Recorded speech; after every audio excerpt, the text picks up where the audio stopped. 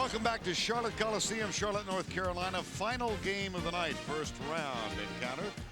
And we feature the Tulsa Golden Hurricane out in the Mountain Division of the WAC. Matches the Big 12 in the Midwest will be. As we look at the brackets here in Boston, Cincinnati and here as the head coach at Tulsa, Bill Self. And the Golden Hurricanes will feature a lineup comprised of Eric Coley, Michael Ruff. Second round on Sunday. They will take on the winner of tonight's battle between Texas and Purdue. And hi everybody, I'm Craig Bolerjack along with Rolando Blackman. Welcome to the Fleet Center. And Texas won the regular season Big 12 title row, and they did it with a very physical, a very tough front three. Jermel President, Shane McCravey, the point guard, and Danny Johnson is the shooting guard. The refereeing trio tonight, Jim Burr, Bob Saitov, and John Sweeney.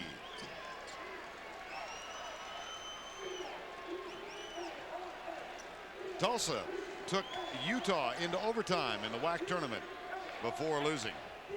And before that, they laid it on Fresno State. They really whacked them in the semifinals. College of Charleston outlasted Appalachian State in the championship game of the Southern Conference a week ago. Their two defeats this year.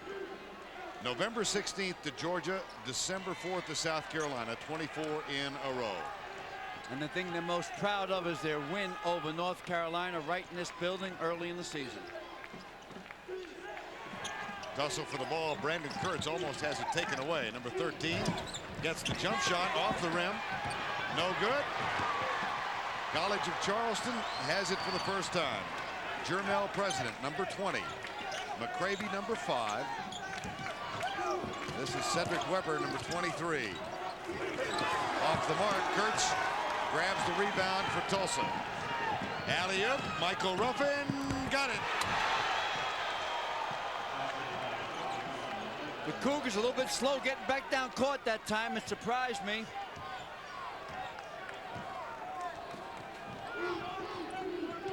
Shane McCravey, number 5, picked up by Tony Hurd, number 23 for Tulsa.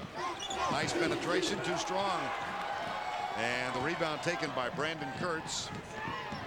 This is Marcus Hill, spinner, left-handed shot up and in. Got himself a break on that one. What happens here, Tulsa's trying to build up the tempo, where Charleston's trying to get into a half-court set, a half-court offensive set. Now McCravey comes right side. Underneath the Lumpkin, guarded by Kurtz, rejected.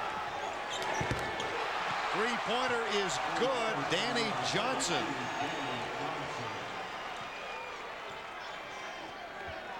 Both teams are now off the snide. They kind of relax once you get on the scoreboard. Ruffin, 6'8" senior. Left side they come. Want to get it down low to Ruffin. Want to pump it in. There it is. Michael Ruffin has 2 more. Inside, he's a man's man down low. You pump it in, he's either going to get a chippy layup or end up going to the foul line. In the early going, a 6-3 Tulsa lead. Now McCravey looks inside. Lumpkin kicks it back outside. Good position by Lumpkin. Good defense by Tulsa. Man's down court. Ref should blow the whistle. Stop play. A man was down court. He's kind of half knocked out. Blow the whistle. The kid's hurt. It's Tony Hurd, who is really shaken up. He went down on one knee again. He was hurt. The refs were paying attention down court. It wasn't their fault. I shouldn't be yelling at them, but I see the young guy come up, go down, come up, come down. He got hit in the head big time.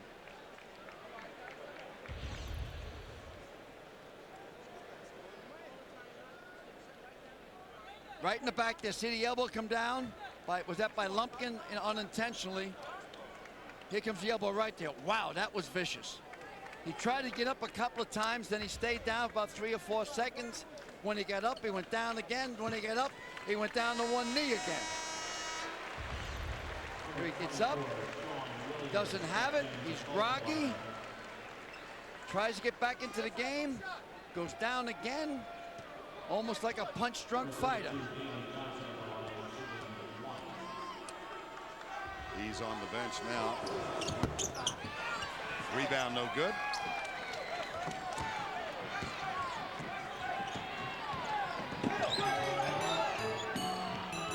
Sean Williams has come on and taken his place. Senior from Stillwater, Oklahoma. The refs will allow him to play aggressive defense on the man-to-man here. Right up, belly button to belly button.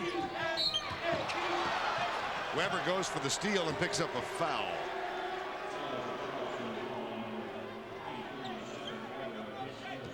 First team foul.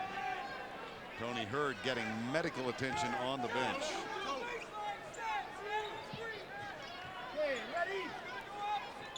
Sean Williams will throw it in for the Tulsa Golden Hurricane.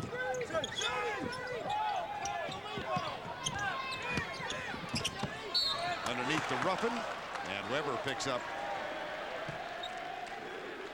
Oh, second foul. See if John Kress makes a move to his bench. Carlos Brown getting ready to come in.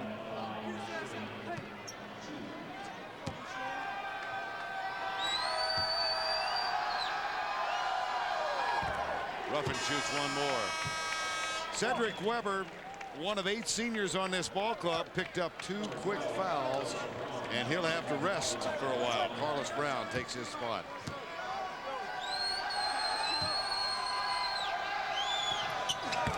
If they stay close in this half, Coach John Kress will not put him back in. But if they fall behind too much, they'll have to put him back in. You don't want him to pick up his 3rd foul in the first half.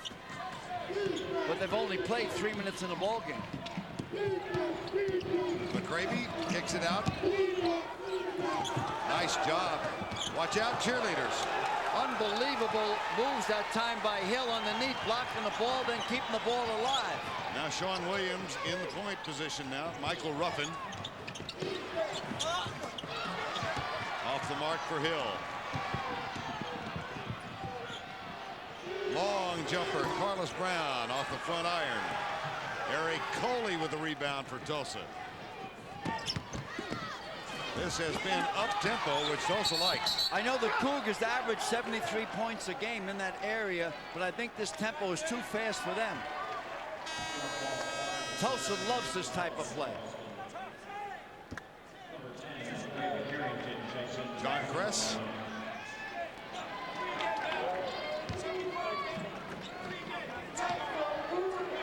And Greg Harrington has come on the floor now, number 10 for the Tulsa Golden Wave. So Williams and Harrington at the guard spots.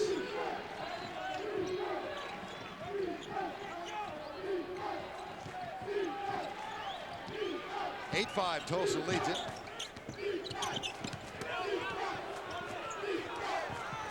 Stolen by Harrington.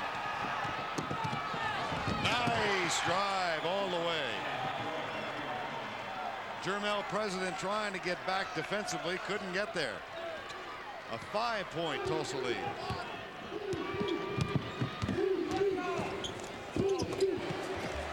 Lumpkin. The assist to McCravey. Good kick inside that time by McCravey. Now here's some action up court during a 2-2-1. Lumpkin goes back and plays a one-man zone in that situation. Now they're in a 2-3. Back to Eric Coley. Sean Williams, number 24. President knocks it out of Ruffin's hands. 5 on the shot clock. Off the glass and in. Very fortunate. First of all, he got away with a walk, and then he got a good angle to be able to play it off the glass.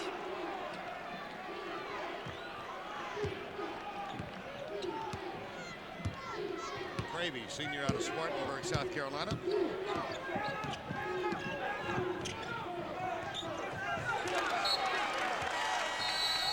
College of Charleston turnover. Sean Williams with 2 for Tulsa.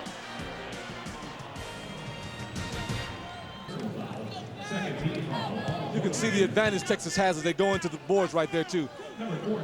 Chris is going to have that advantage each and every time tonight. So he'll be getting a lot of shots, so the Texas outside shooters will be able to put themselves in good position to get baskets for the Longhorns. 67% shooter from the line is Mim. Misses the first. That foul charge, by the way, to Allen Eldridge. His first.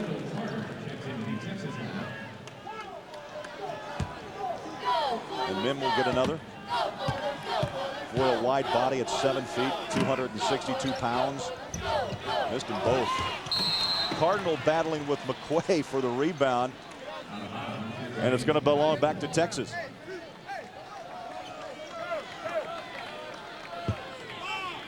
Well, Greg McQuay, and then he has brother Gary McQuay, a junior out of Gary, Indiana, suspended and will not play, actually taken off the roster for some off-court problems. Just breaking team rules is what Coach Katie would say. That's the only thing he would say about that whole thing. Trying to keep the focus on his basketball team that's here, making sure that they have the opportunity to get out here and win a basketball game. You would think for a brother, Greg McQuay, has to be kind of a difficult situation as well. Sure it is, because it's your family. You want him to do well, but it all depends now on exactly what his thoughts are. He's been doing well the whole season, been growing, been doing a great job. Greg McQuay has been doing a great job all throughout, and I'm sure he wants to concentrate on basketball, but still feeling a little bit for his brother. Greg McQuay, impressive shooter, 55% from the floor. Mim back to the free throw line. Mim, a first team all Big 12 pick. True 7-footer. Good high arching shot. His first point. He's just going to live at the free throw line tonight, I'm telling you, because he has such a great advantage on the inside that no one could really guard him, and everybody has to gather toward him to be able to stop him. Mim makes them both, and a timeout. 15:53 here in the opening half, and Purdue by 2. State leading Kentucky 11-8 down here in New Orleans, and the Wildcats begin their title defense tonight on a somber note. One of their recruits, John Stewart, a 7-foot, 285-pound center out of Lawrence North High School in Indiana, passed away tonight during a playoff game. C.M. Newton, the athletic director at Kentucky, is here with me. C.M., what of the details do you know right now? We know very little of the details, other than that Jonathan asked to be taken out of the game, collapsed, and they tried to revive him, and he was pronounced dead on arrival at the hospital. And we don't know any of the other details. Certainly our thoughts and prayers and so on go to the family. It certainly puts basketball in its proper perspective when you have something like this happen. Evidently, this happened during a playoff game in Indiana. Lawrence North High School is considered one of the top high school programs in Indiana. Certainly everybody at Kentucky, as well as everyone at the CBS family, passes along our condolences to his family. Jim? Just a horrible tragedy that hit this press row about an hour ago, that high school playoff game in Indiana. And John Stewart, 7-foot recruit signee with the Wildcats, collapsing and dying in that game tonight. Kamara scores for the Wildcats. I will say this, Tubby Smith was given the news about a half hour ago. He has not told his team about John Stewart's passing. He has not told his Cats. Jimmy has massive substitutions now. We talked about McGlure coming in for defensive purposes.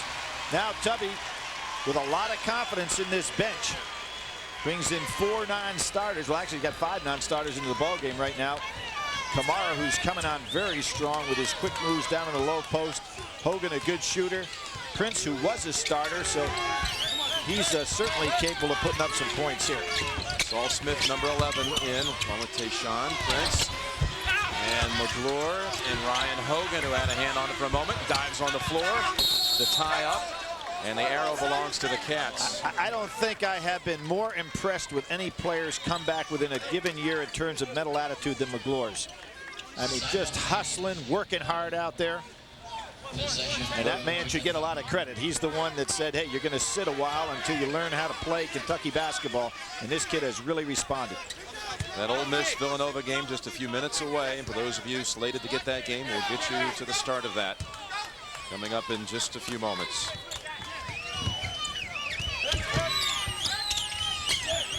And believe me, by coming in with these kind of fresh legs, it might not show up in the few minutes that they'll get to play right here. But in time, and there's Prince, I said, former starter, a lot of talent.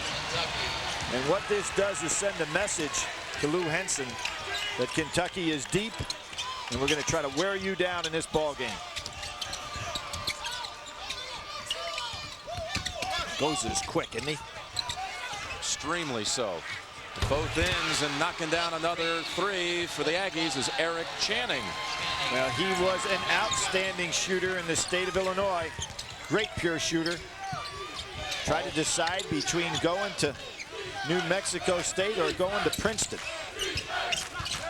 All five Aggie starters have scored. The lob. Oh, got it. Another chance. Oh, Prince. And the Aggies come out with it with Keys. Taking the middle. Set it up on a wing. Another three. Not this time for Channing. Back to Keys. And McGlure reached in.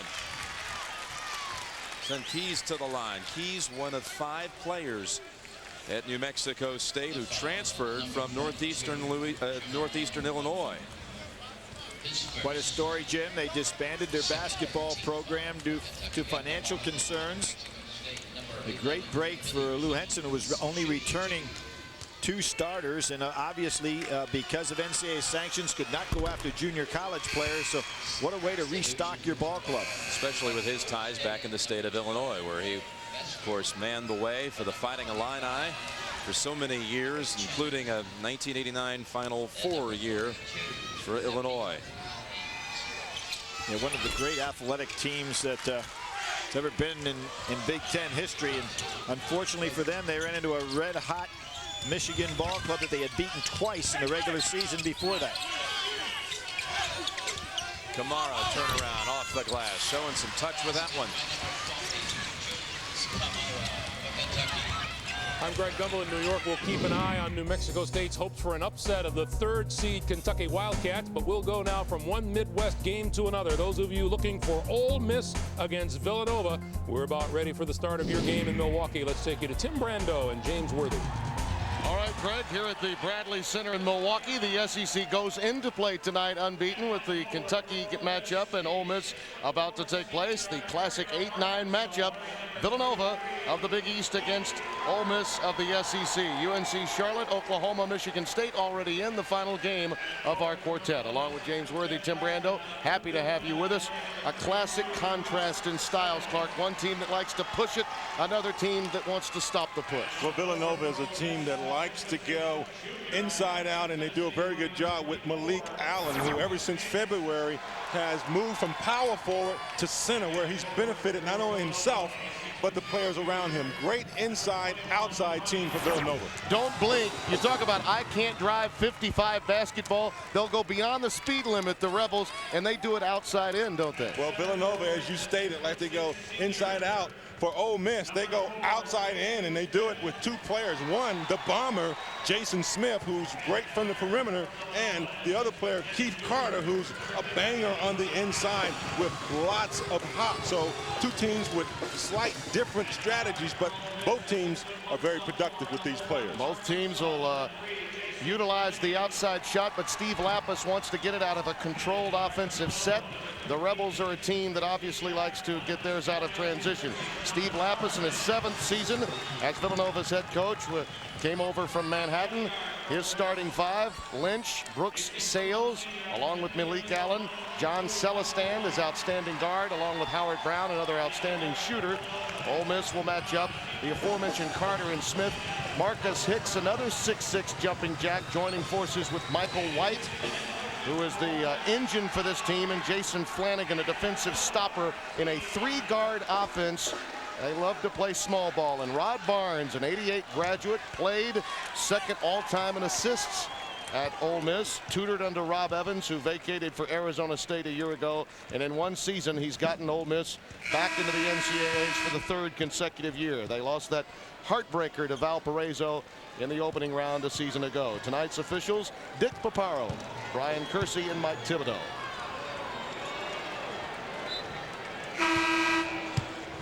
Ole Miss coming off a 19-12 season, lost 3 of their last 4 games. Did perform well in the SEC tournament with 1 victory and then dropped the contest at Kentucky and managed to make their way in. And some suggested very satisfied with this seeding. They thought they would be seeded a bit lower than 9. Villanova, on the other hand, their critical win came just a couple of weeks ago on Seniors Day. And you and I were there for that game at the Pavilion in Philadelphia when they knocked off St. John's. And that was the catalyst for their at-large entry into the NCAA. Paparo tosses, Villanova retrieves it, and Celestin will run the show. Ole Miss a pretty pressured defense. And as you can see already, they're going to be on the perimeter trying to create the tempo. Hicks, a leaner. That's textbook Ole Miss basketball. Very versatile team, quicker to the ball than most, and that's what Lapis is very concerned about in this game. He really needs Malik Allen to play well early. Brooks Sales at size is something that's difficult for the Rebels to contend with. Especially when you can put the ball on the floor and pull up from 8 feet. That's really going to make it tough because you can't allow him to get the dribbles on the floor. He can get to the paint very, very easily for a nice little pull-up with his size. That's a walk on Flanagan. There you see the season file on this Villanova team in a very top-heavy Big East Conference. There were no easy outs in the Big East this year. Same really holds true for the Southeastern Conference.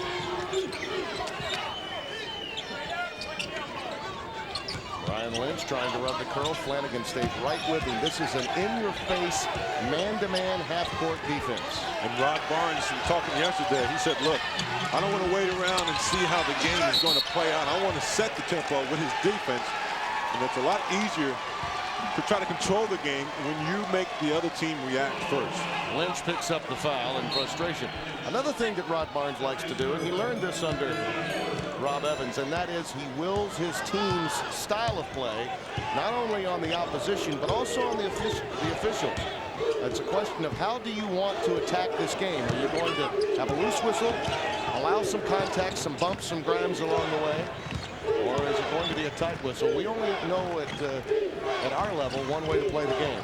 And I think that's a smart idea because you want to establish your team as a certain style of play. Believe it or not, the referees around the country, and particularly in your conference, they get accustomed to seeing you playing that way, and you can get away with a little bit more as far as being aggressive on defense. Hicks on the receiving end of that beautiful pass, the outlet from Keith Carter. Making it look easy, and it's 4-2 Mississippi.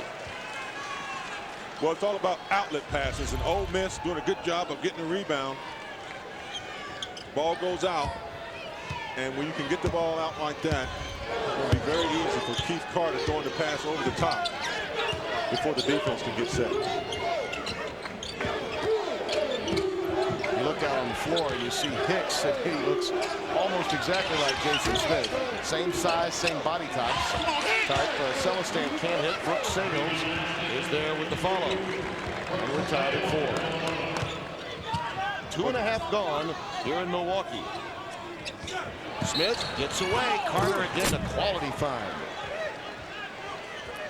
The Rebels, outstanding at home, did come away with very influential victories on the road and non-conference victories.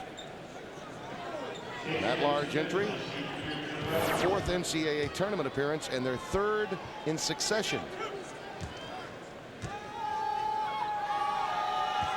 And they lost an outstanding player from a season ago, Ansu Cisse, who was their go-to player on the low block. Hence the decision by Rod Barnes to go with a 3-guard lineup. And it has been most effective for him. Well, it definitely creates some matchup problems. I mean, you can go at 3 guards who can play either position, all are handling the ball fairly well. It really makes good for your transition game. Sales continues to set the high picks, trying to free Brown or Lynch off of curls. Flanagan just shadowing Brian Lynch off the ball. Another near steal. White right on top of Celestin. And Villanova has not been able to penetrate inside the three-point arc. Smith with the pick, stepping into the passing lane.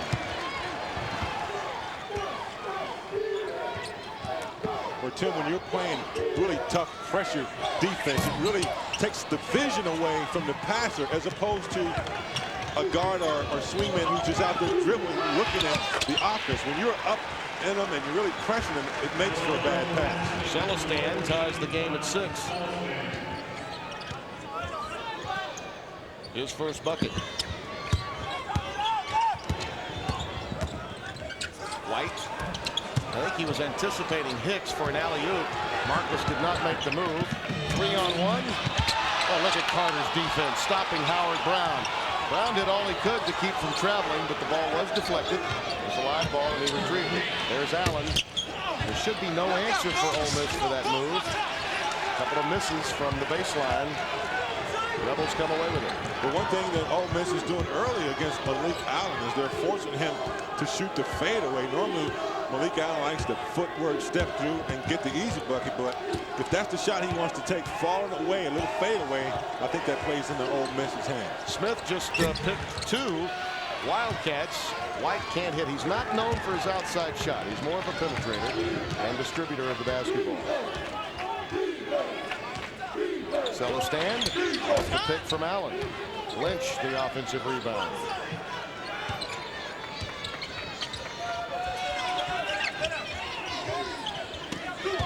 Brooks Sales working in on Hicks. Stripped. Again, the help side defense. Another pick. This one by Lynch. Brian Lynch, the junior from Belmar, New Jersey, Christian Brothers Academy, takes it a 9-6 Nova lead. As you know, Brian Lynch is a player that you look for in the perimeter. He can catch and shoot and also come off of picks fairly well. So very important if they're not going to go to Malik Allen to try to establish Lynch's game from the perimeter.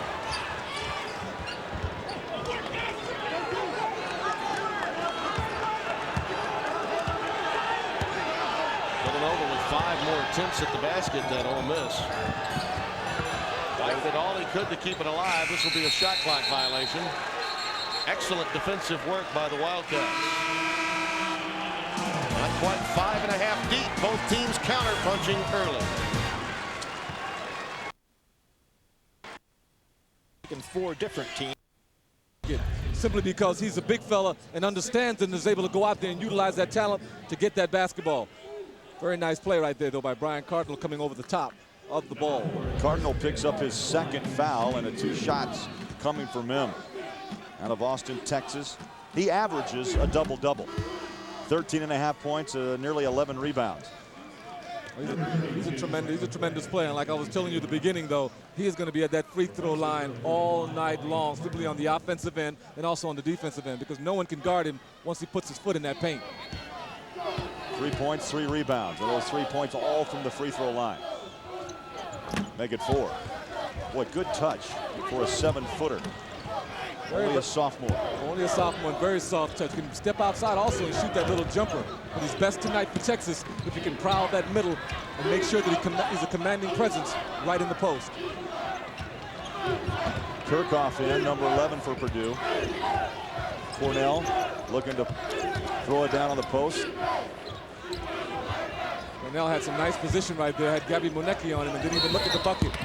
Boy, Cornell and Clack hit the deck.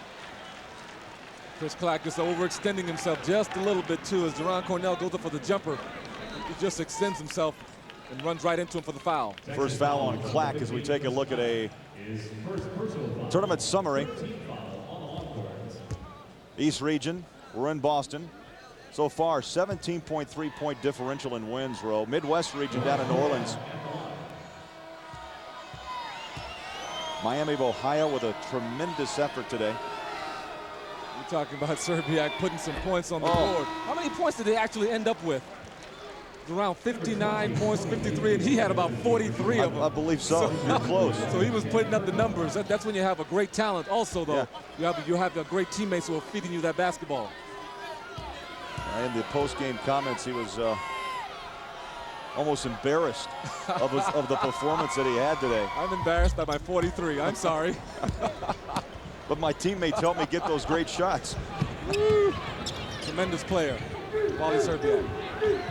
Cornell now with 7 points as he makes both. And that opens up a 20-13 lead for Purdue.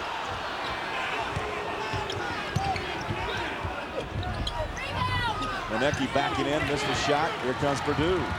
The other way. Cornell active in this game.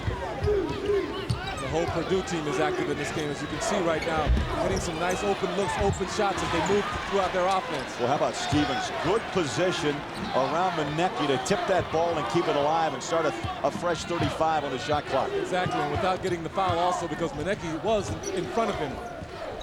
Stevens pops out with 20 on the shot.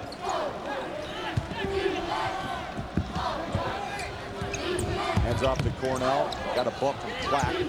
Boy, got him up again. Launches up to 3. Wouldn't go as Manecki pulls down the rebound.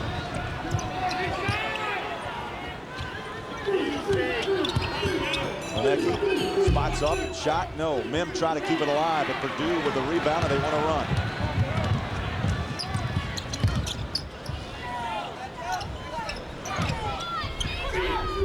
Stevens looks inside, fires down the baseline.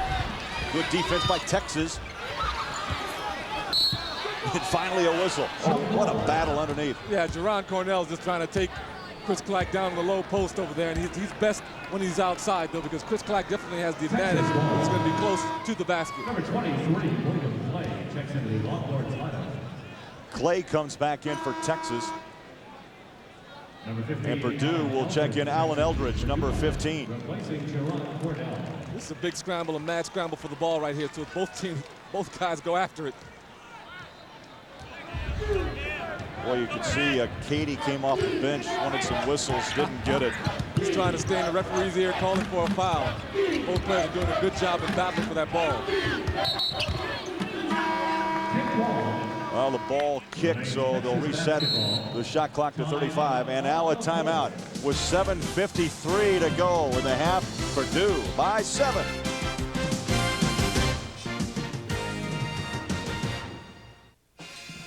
Along with Clark Kellogg, I'm Greg Gumbel in New York. Kentucky leading by 1. We'll keep that score at the bottom of your screen and take you around the country. Our first stop, the Charlotte Coliseum, where the College of Charleston has been pummeled so far by the Golden Hurricane of Tulsa. Surprising score here. Tulsa, one of the better defensive teams in the country, not allowing the College of Charleston to get any high-quality looks, and shot selection, a real problem for the Cougars so far.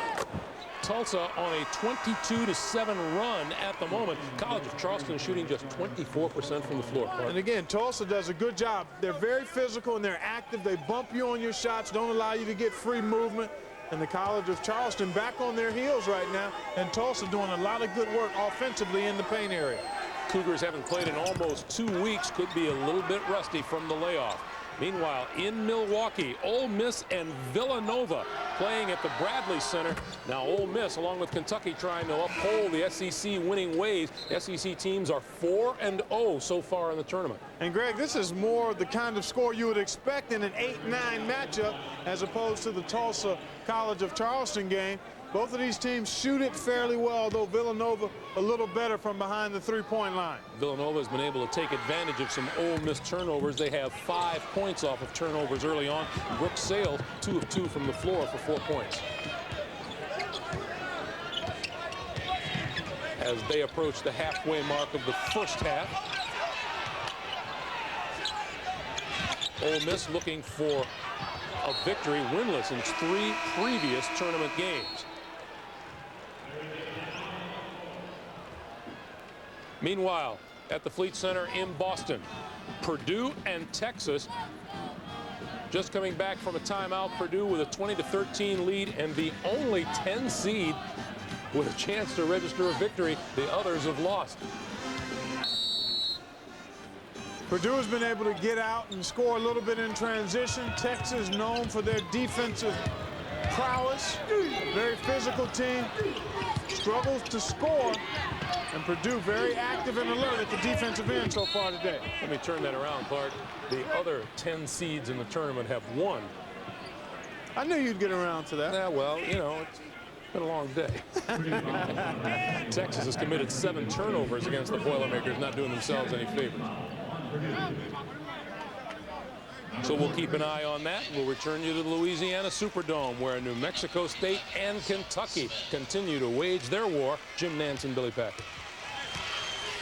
Yeah, that computer ranking theory about Kentucky, it's hard to understand. It's baffling. It's an enigma. You look at the schedule this year, they weren't even in the top 10 for RPI. I mean, here we go with Hogan right through the hands of Kamara. Same kind of pass. You have Kamara coming right at you, so that reduces the distance. The pass can't be quite that hard. And Jim, along those lines, you already pointed out the SEC is 4-0 so far in the tournament. So not only do they play a great out-of-conference schedule, just think how typical it was night in, night out playing in the SEC. New Mexico State trails by 1. Aggies have had a lead as high as 5 in this game, while the Wildcats' largest margin was 3. Well, I like what this team is doing. I mean, they're hanging right in here, and there's their best shooter. Hits another one. Channing from the side. He loves that spot down the deep corner. Channing gives New Mexico State a 2-point lead. Under 4.5 to play in the half. You also get the feeling, at least looking at the New Mexico State players, I don't see any fatigue on them right now, and they're going to be getting a blow here very shortly. Goza looks fresh. Keys looks fresh. Channing as well. So you basically have one coach with a heavy substitution pattern, one coach doing one man at a time. Padgett. Bradley bounces it over to Evans. And no whistle.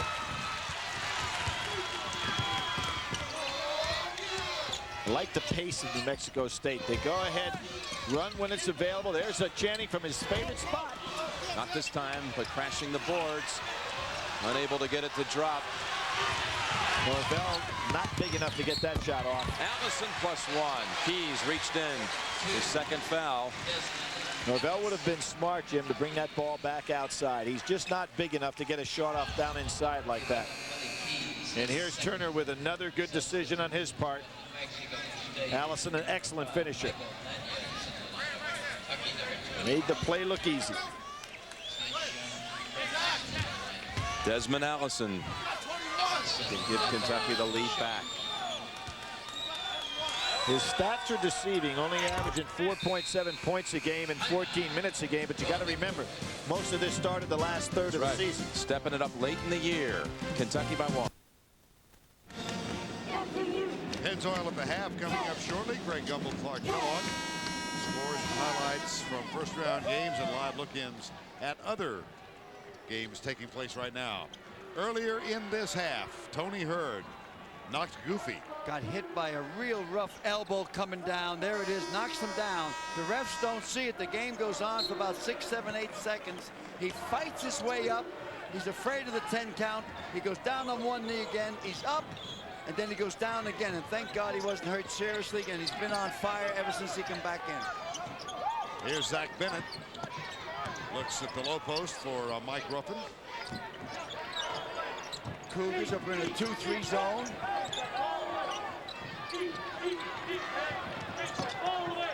Shot down to 10 seconds. Coley goes right to Harrington. Pump fake, travel. Carl Thomas got airborne, and Harrington went under him. Thomas okay. Harrington, by going airborne, created the walk. Created the turnover. Sean Williams comes on, number 24, replacing number 23, Tony Hurd, and immediately picks up Shane McCravey. Weber got to get to this ball game offensively. Bennett giving Lumpkin fits. McCravey off the dribble. Finds Thomas. Pumps once. Thomas goes to the free throw line. Excellent move that time by McCravey as he penetrated, then he gave a wraparound pass.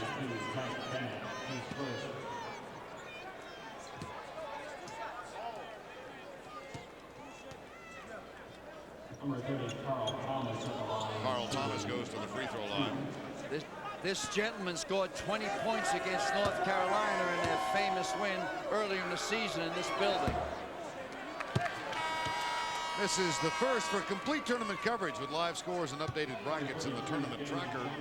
Go to cbs.sportsline.com or on America Online. Enter keyword CBS Sportsline. Thomas shoots one more. Draws the donut at the line. Ruffin gets the rebound for Tulsa. Sean Williams, who earlier this season was a starter, went to Coach Bill Self and said, I think this team will be better if Tony Hurd takes my spot. And has become a role player off the bench now. Tony Hurd has given them a great spark. Well, you know, he knew, of course, in practice he was covering Tony Hurd, and after a while you cover Hurd, you know how good he is. But that was an excellent suggestion by a young man. Danny Johnson picks up the foul. Here's the block down low. With pretty good defense. And pretty good defense. And Eric Coley at the line.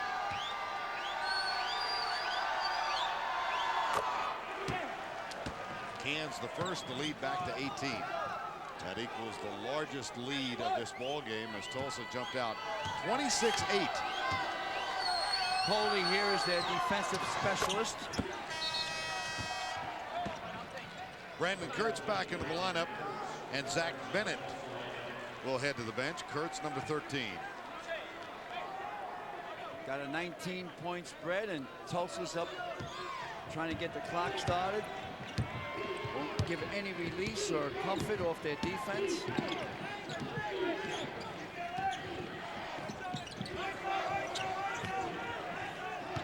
Carl Thomas.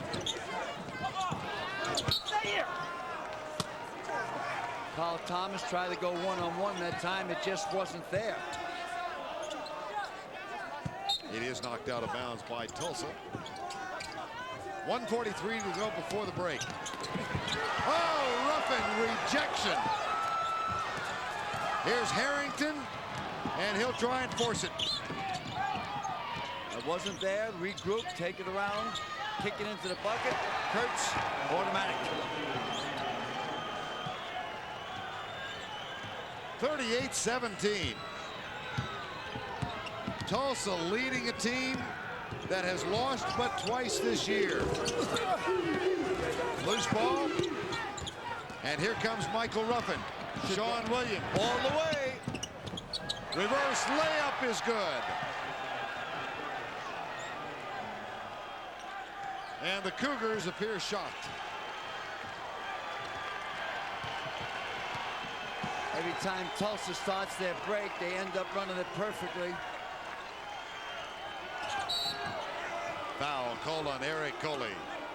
Watch the last break, Sean Williams. Well, each time what happens after the release, they get into their lanes and they fan out. Now, it's no use passing again because you got the inside position. Just go all the way, comes under the basket, and comes in the back door. Michael Ruffin is going to rest for the final 47 seconds of the half. And a 20-second timeout called by the Tulsa Golden Hurricane.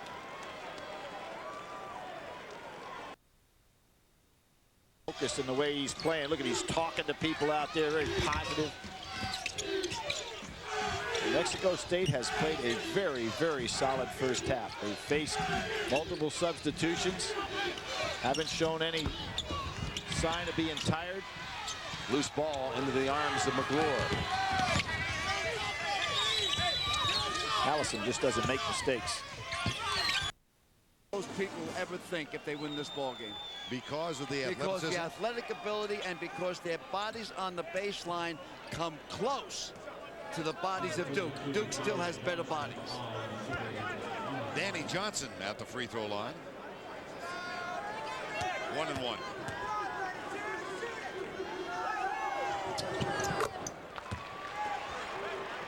Eight seniors on this College of Charleston basketball team.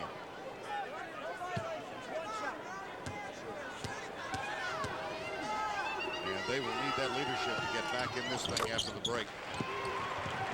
Well, it'd be maybe if they can get a stop here, then score before they go to the locker room. But still, it'll be a long, tough second half, and they got to start burying the threes and a lot of stops on Tulsa's end. John Williams. Greg Harrington.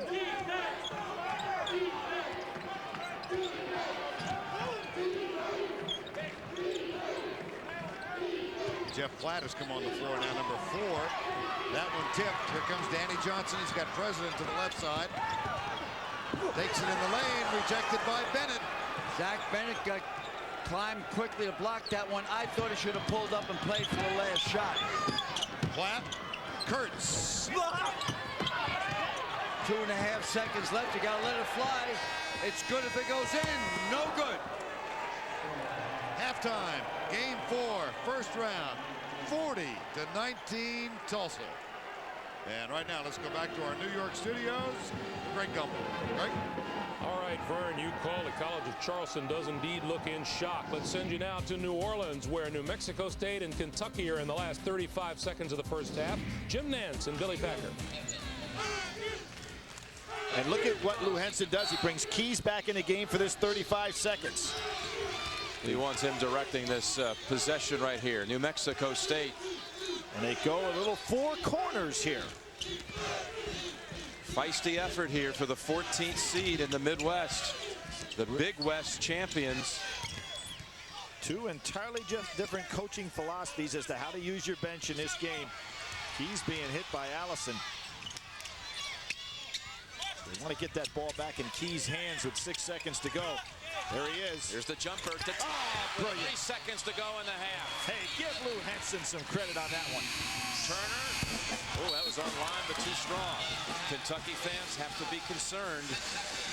Something amiss tonight. Will it change in the second half? Wildcats all square with the Aggies at halftime. Texas wrestles the ball away. Vasquez. Down to Clay. They feed to the big fella. And the putback. Great second effort by Gabe Manecki. You talked about some serious power right there, too, because on the first couple of dribbles, there was a lot of contact right there going to the basket. He was able to still establish his position and put the ball in the hole. And Manecki now double figures in 29 of 32 games this year. He's got 10. Cornell short on the 3. That starts a break for Texas. Coming back the other way, short on the 3. Black wanted it from the wing. He wanted that shot, too, because he had a nice outlet pass as Gabby Monecki hit him. And stopped right at the 3-point line trying to put a shot up. Carson Cunningham across midcourt. Under 2 minutes before halftime. Back to Cornell.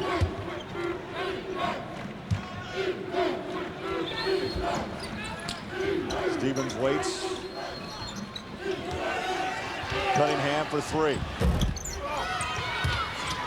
Good block out right there by Texas. You saw that ball just bounce.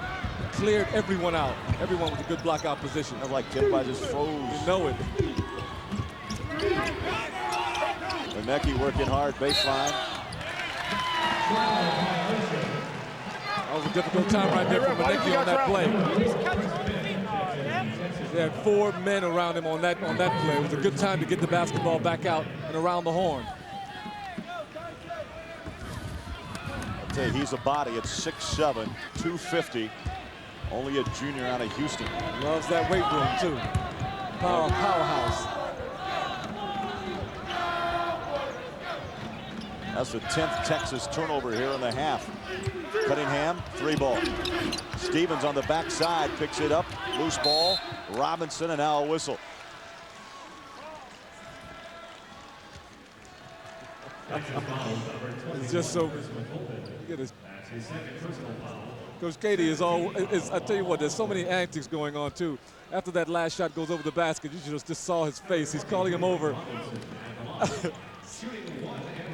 Calling Cunningham over and just saying to himself, my goodness.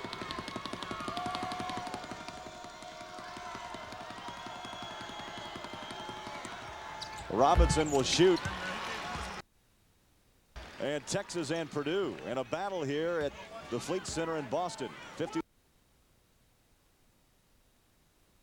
Busy in the air.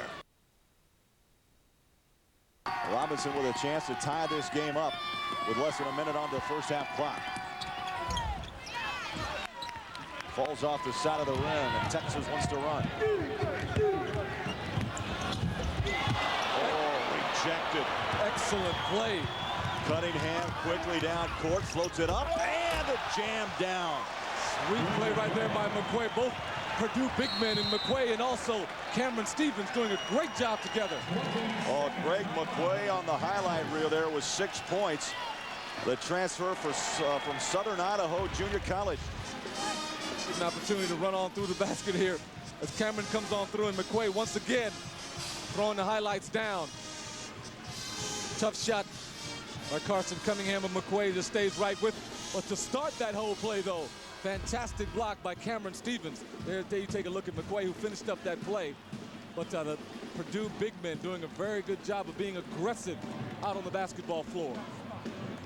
McQuay with 6 points, and that 6th point was with authority, and it puts Purdue up by 1.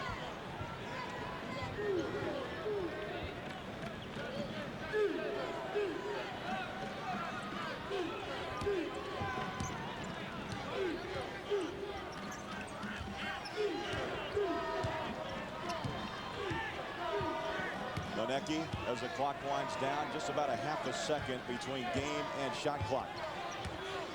Now it's time to go for it. Monecki, the big fella, rumbles down, kicks it to the corner. Shot wouldn't go. Clock tries to keep it alive, and that's going to end the first half. And what a half.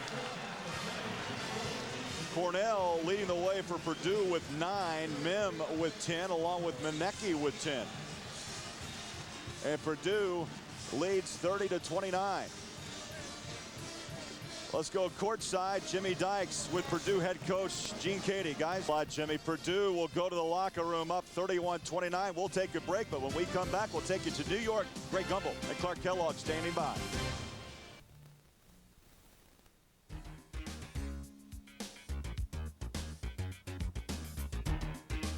The Rebels are running. The Hurricane is golden. The Aggies and Wildcats are tied, and it's Purdue by 1. Welcome back to New York, everyone. CBS Sports presents Pennzoil at the Half, sponsored by Pennzoil, specially formulated for today's stop-and-go driving. Stop, go, Pennzoil. I don't know what Clark liked more, the music or the words. Welcome back to Pennzoil at the Half, everyone. Greg Gumbel along with Clark Kellogg. Let's update you on what's happening at the Bradley Center in Milwaukee. First round game in the Midwest. Ole Miss and Villanova. Right now the Rebels lead at 28-19. Let's take you right out there now and join Tim Brando and James Worthy. In a game that featured a number of ties and lead changes early, Ole Miss out to a 9-point cushion, largest lead of the game on a 10-love run. Lockhart missed the jam. Smith just steals it right back to him. Match the will and the strength and the cause. That's what Ole Miss is trying to ask Villanova to do. And Tim, it's been about intensity. Villanova needs to catch up to Ole Miss's intensity. If not, Ole Miss is going to take them right out of the ball game because they're doing it with good defensive pressure on the defensive end, and the defense is dictating the same type of intensity on the offensive end. Allen can't get the finish on the help. Flanagan picks up the foul. When you think about the frustration when you miss a slam, usually there's embarrassment involved. Not here. Well, Lockhart on this particular play, strong to the hole. I like to see a big man take it strong, and then he doesn't get it. Gets right back. A nice pass from Jason Smith, and Lockhart made sure that he put the finishing touch on that dunk. I mean, and the way Smith took the ball away from the Villanova, it's as if to say, wait a minute, that's mine. We deserve this too, and we're going to make sure we get it. Ole Miss with a 10-point lead on Villanova. The winner moves on to play Michigan State. Let's fill you in on some of the other action. Meanwhile, in New Orleans, New Mexico State and Kentucky are tied at 34. The winner of this game plays Kansas. Kentucky cheerleaders on hand. Early on, things were close. Watch Kentucky coach Tubby Smith's son, Saul, give the Wildcats a 1-point lead. Dad's happy, but has 7 lead changes in this game. At the Charlotte Coliseum, first round in the East, the Golden Hurricane of Tulsa, 40-19 over the College of Charleston for the right to move on and play Duke. We'll take a time out here, and we will come back with more as we continue along the road to the Final Four. Pennzoil at the Half has been sponsored by Pennzoil, specially formulated for today's stop-and-go driving. Stop, go, Pennzoil. You're right. They are dictating the game's tempo, and they have since the outset.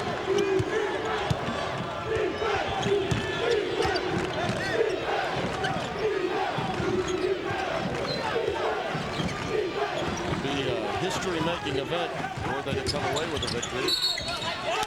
Looking for their first NCAA tournament victory in their 3rd straight run to the NCAA tournament, losing to Valparaiso a year ago.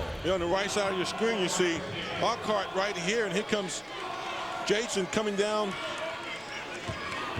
the paint, throws it off the glass, and Lockhart right there to clean it up. Yeah, you can make a real case that Jason Smith knew Lockhart was there. I mean, you really can. Clark Kellogg used to have an old move like that when he played in Indiana. He used to throw it off the backboard, and they counted it as assist then, I believe. They was probably looking for Herb Williams again, right? Big man to big man. Out of bounds to the Rebels. Right now, John Celestin really needs to get his head in the ball game. He's frustrated. They're putting pressure on him. And as you know, Celestin is the leader of this ball club. So he's really got to get Villanova under control. Maybe verbally, he should tell his team they need to play a little bit more aggressively. The diminutive Jason Harrison. You hate to use those cliches about a kid that plays with the passion in the heart of this young man. What a move. Was that textbook? Into Hicks, who still hasn't missed. He's 6 of 6 from the floor. Marcus Hicks. Celestin fouled by Flanagan. Speaking of Clark Kellogg, our own Special K. Back with Greg Gumbel in New York with Pennzoil at the half. Scores, highlights, live look-ins. They choreograph it all for us back in New York, and we'll join them in just a few seconds.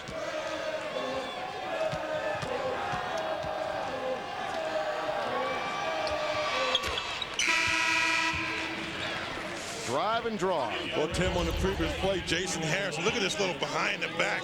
You can't guard me. Going a little hesitation move, going all the way to the hole and finding Marcus Hicks for an uncontested layup. That's just good, solid basketball. Their defense has really dictated everything that they're doing on the offense. It's giving them confidence to think that they can dismantle the Villanova defense. He was Mr. Basketball in the state of Arkansas his senior year, was not recruited by the Razorbacks. Lost it on the way up, and a bailout foul. The ball on the floor. It goes against Medley. 0.8 of a second away from halftime, and Ole Miss, winless in 3 previous tournament games, trying to make that right. They lead Villanova right now 34-27. Meanwhile, at the Superdome in New Orleans, New Mexico State and Kentucky all tied at 34 at halftime. Kentucky. More on the road to the Final Four coming right up.